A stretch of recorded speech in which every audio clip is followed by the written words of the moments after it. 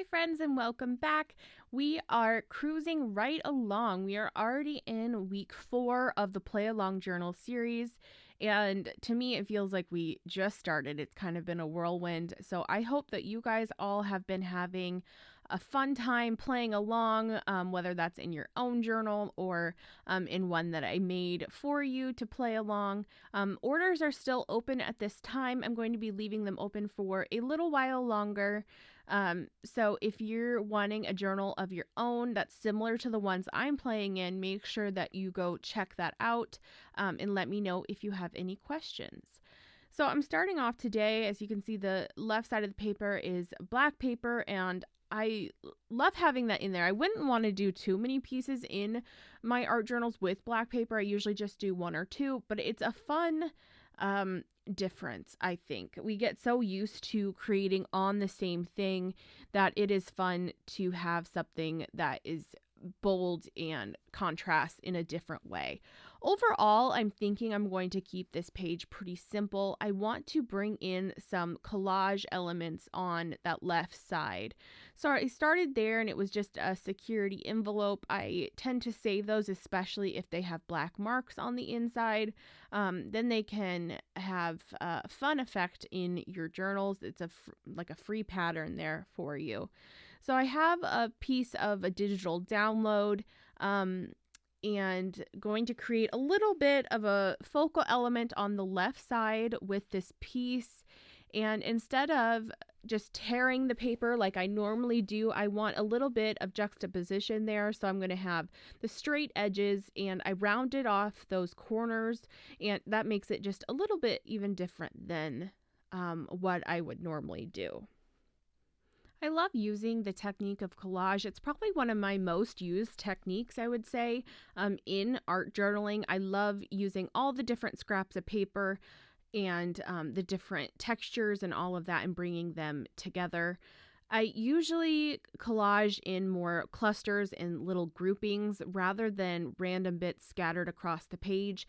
I think it has more of an impact if they are kind of clustered together and it draws your eye to that area.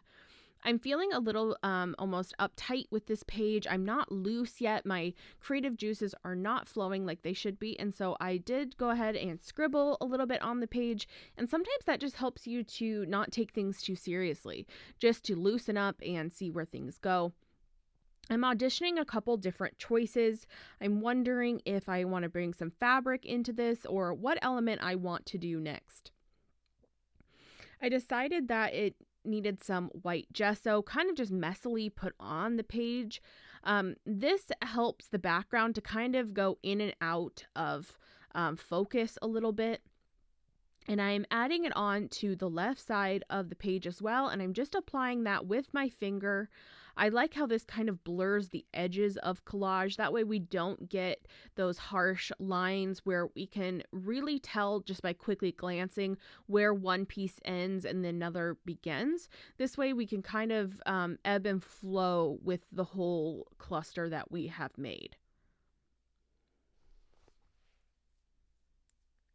I find when I'm doing this technique where I am kind of blending in those edges, my finger is the best tool to use. I have tried, a paintbrush or even the Catalyst silicone tool, and those work fine too, but you almost get more either brush lines or almost like a swipe effect if you're using the Catalyst tool, versus just with your finger, you can kind of push in that paint where you want it to go and blend it out in different directions.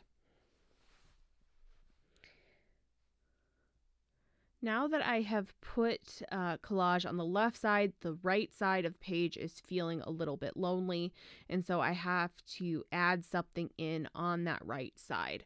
I still have some scraps of that digital download of here, and I'm going to see what I can do to bring that in on the right side of the page as well.